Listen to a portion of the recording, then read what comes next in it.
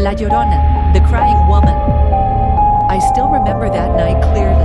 The night when everything I thought I knew about this world, about the certainties of everyday life, was overturned in a single moment.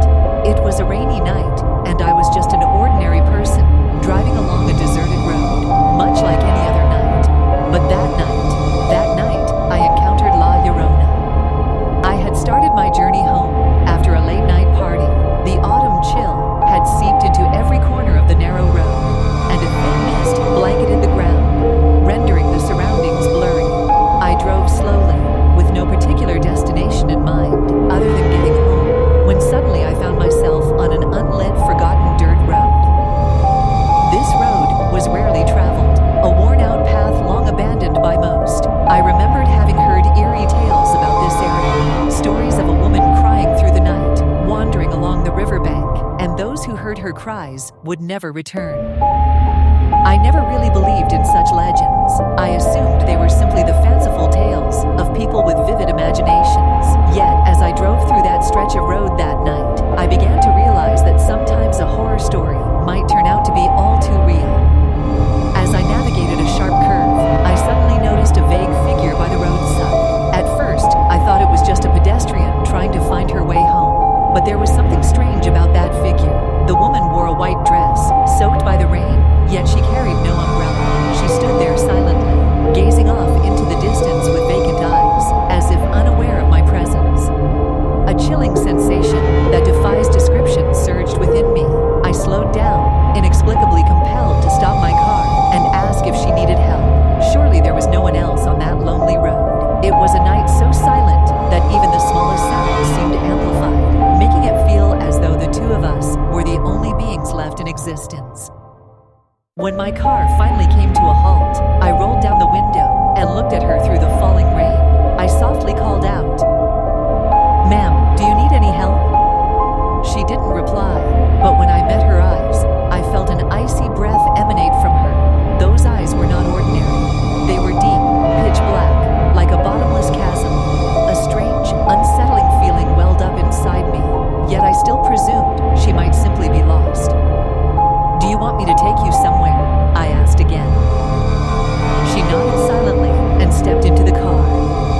As she sat down on the passenger seat, an inexplicable cold permeated the vehicle, causing my breath to fog up the window. She remained silent, staring out the window. I could sense a suffocating quiet inside the car, as if an unseen force had overtaken the air around us.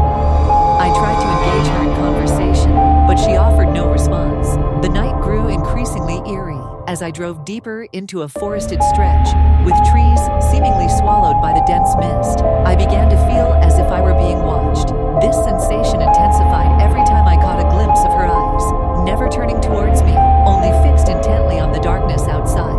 Those eyes, they were disturbingly abnormal. "What are you thinking about?" I asked, attempting once more to dispel the rising dread within me. She remained mute. The cold inside the car thickened, and then I began to perceive something far more frightening. She was crying.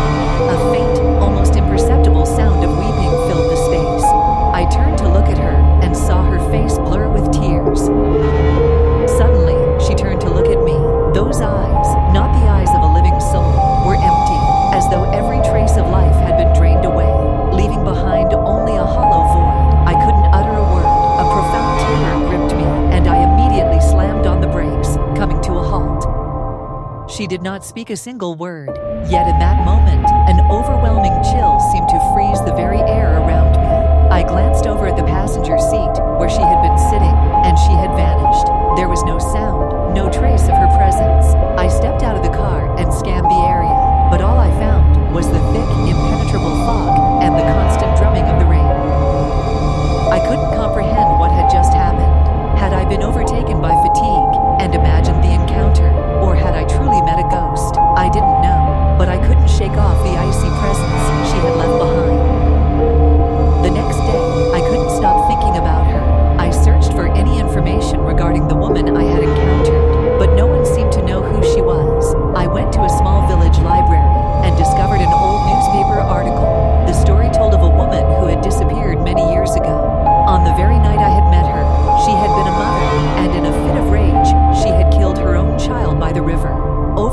remorse, she had taken her own life.